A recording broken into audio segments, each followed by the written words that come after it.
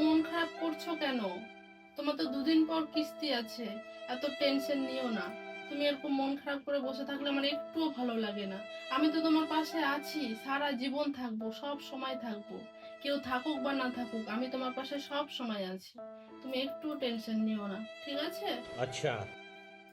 लेकिन एक सेकंड। বলছিলাম কি, একটা কথা বলবো? বলো।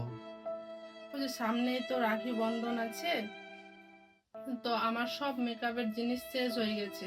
আই শ্যাডো, তারপর ফাউন্ডেশন, আইলানা সব শেষ হয়ে গেছে। তো আমাকে 2000 টাকা দিবে? এইভাবে দেখছো কেন? 2000 টাকা দিলে কি তোমার কিস্তিতে কম পড়ে যাবে বলো?